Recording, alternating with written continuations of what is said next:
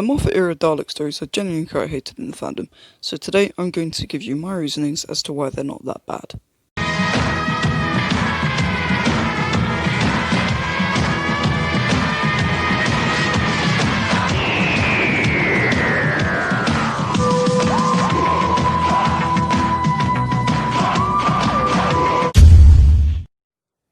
I think that the main reason the Moffat era Dalek stories are so disliked is because they're experimental.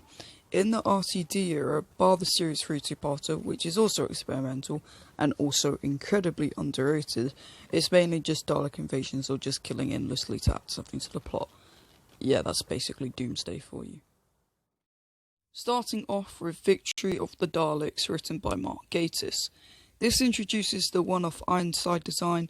It's quite interesting about the Bruce Ralph side of things and how he created them. The Paradigm Daleks are also a great idea, and it's a shame that we didn't get to see more of them throughout Moffat's era. While this episode might not be amazing, I still think it's quite decent. It's just a bit of fun and experiments with the Daleks, while still trying to add a bit of threat in there, which, yeah, might not be too great, but I still appreciate what it attempts to do in the end. I wish we got to see more of the Paradigm Daleks, as they clearly had a lot of potential. All the different categories is quite interesting, and a few of them we don't actually know what the purpose of them was. It would have been great if we could have delved in more paradigms, as the only thing close to it is expanded media. The next fully Dalek central episode is Asylum of the Daleks, another quite hated episode which is also quite experimental. While I'm not a big fan of the Amy and Rory subplot, Daleks having a Prime Minister, I still think this is a solid story. It also has the asylum where all the insane Daleks go. The nano cloud on the planet is a cool concept as well. Defense mechanism which turns the living and dead into Dalek puppets. It again experiments and adds new things to the Daleks, which ultimately didn't work in the long run, but it could have been interesting to see it being more developed. Personally, I would have loved if they'd explore the someone's got in, Daleks can get out idea, and a story where some survived the explosion. Moving on to Into the Dalek, probably the most experimental and different of the lot. Again, it's quite hated. I think it's quite cool that there's an episode set in the Dalek and learning more about it, the antibodies and stuff. Well, I'm not a fan on the Star Being Born thing. I think what it actually delivers is quite good, with Rusty being a good Dalek. It also has some good Dalek attack sequences, but it does also seem a bit too rushed when Rusty turns good again and then makes it seem almost comical.